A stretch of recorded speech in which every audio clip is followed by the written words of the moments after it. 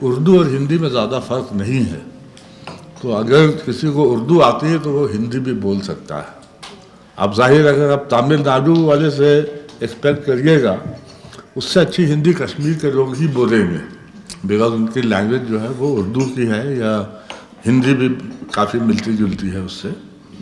Kashmir university के Hindi department में ये बहुत ज़रूरी है कि चूँकि ये एक स्पेशल केस होगा कि यहाँ पे जो है वो सर्टिफिकेट कोर्स हिंदी में नहीं है, या है तो रिस्ट्रिक्शन लगी है। चाहे एक ही बच्चा पढ़े उसको ज़रूर देना चाहिए, चाहे एक बच्चा भी आए तब भी उसको पढ़ाइए, तभी तो वो धीरे धीरे करके ये सारे एरिया में वो जाएगा, आगे जाएगा। और ज़्यादा से ज़्यादा बच्चे पढ़ें, ये सिर्फ यही नहीं है कि जो हिंदी डिपार्टमेंट के, दूसरे डिपार्टमेंट के बच्चे आके पढ़ सकते हैं हिंदी, ताकि वो जो है एक राष्ट्रभाषा है, और जिस तरह से हमको अंग्रेज़ी सीखना ज़रूरी है, उसी तरह से हिंदी भी सीखना ज़रूरी है। हमारी राजभाषा है, यहाँ हिंदी हमारी राजभाषा है।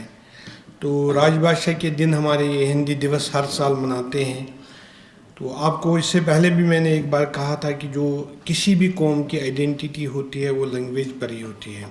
जब हम किसी डिफ़ाइन करते हैं, किसी भी कौम को अगर डिफ़ाइन करना हो तो हम डिफरेंट आइडेंटिटीज़ उनके होते हैं, पैरामीटर्स होते हैं कि मसलन जो रिलीजन होता है, जो उनकी लैंग्वेज होती है, जो उनका खाना पीना होता है, रहन सहन होता है ना, ये डिफरेंट,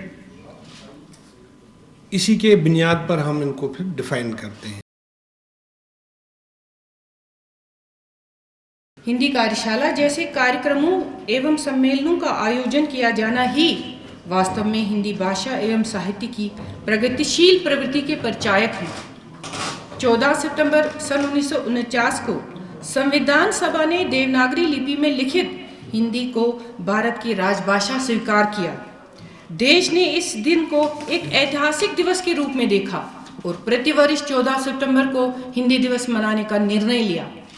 यद्यपि आधिकारिक रूप से पहला हिंदी दिवस 14 सितंबर 1953 में मनाया गया था।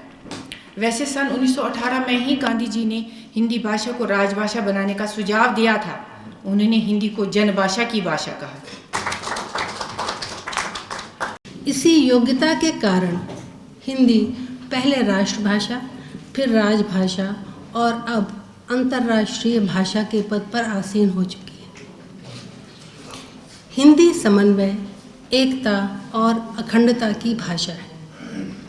इस देश की लगभग 80% जनता इसी भाषा के माध्यम से एक दूसरे के साथ संपर्क बनाती है।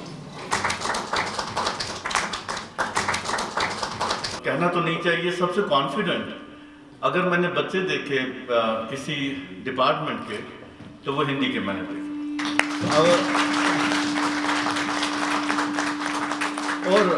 और मैं खुद भी हैरान हो गया, क्योंकि मुझे तवक्का नहीं थी कि इतना मतलब अच्छी तरह ये बोल पाएंगे। और ये सिर्फ मेरी ही रिएक्शन नहीं थी, बल्कि जो हमारे रिसर्च स्कॉलर्स भी थे, जो एक्सपर्ट्स थे, जो वाइवा ले रहे थे, उनका भी ये रहा। तो मैं इतना कह सकता हूँ कि जस्ट कीप इट अप, और ज़्यादा से ज़्यादा आप आगे बढ़ो। और दूसरी बात यहाँ पे एक था जो मैं किसी साहब के साथ भी ये बात करना चाहता था कि सर्टिफिकेट स्कोर का एक मिनिमम नंबर रखा गया है कि इतने जब तक होंगे नहीं। तो मेरी रिक्वेस्ट है कि अगर वो हटा दिया जाए, वो कैप हटा दी जाए, तो एक यहाँ पे थोड़ा सा मुझे लगता है ज़्यादा लोग इस हिंदी में भी आ सकते हैं।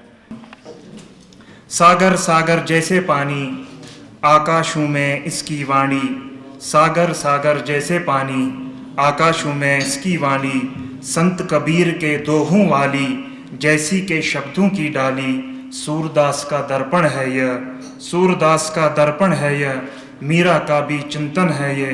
आओ इसको गले लगाकर नमन करेंगे शीश झुकाकर।